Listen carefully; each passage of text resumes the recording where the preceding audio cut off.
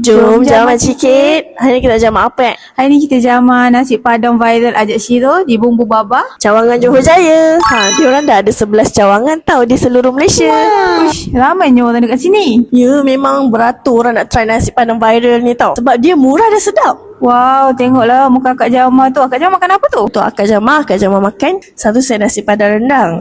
Dia Jamal pula makan nasi padang ayam gulai. Lepas tu ada side dish dia tau, iaitu paru goreng, gulai urat, gulai daging, dendeng kering cili hijau dan juga yang special dia iaitu signature cili balado bumbu baba. Sambal ni dia tak berapa pedas sangat lah. So sesuai lah kalau korang nak bertambah-tambah kan bila makan nasi padang ni. Betul, nak lagi kick korang kena gabungkan semua gulai dengan sambal tu, gaul-gaul kan, lepas tu masuk mulut. Memang ngam. Minum pula dengan teh botol apa. Memang bertambah-tambah je rasa. Ya, rasa macam nak repeat je Bumbu Baba ni. Betul tak? Betul. Jadi macam mana? Adik Jamal approve tak? Ada Jamal approve.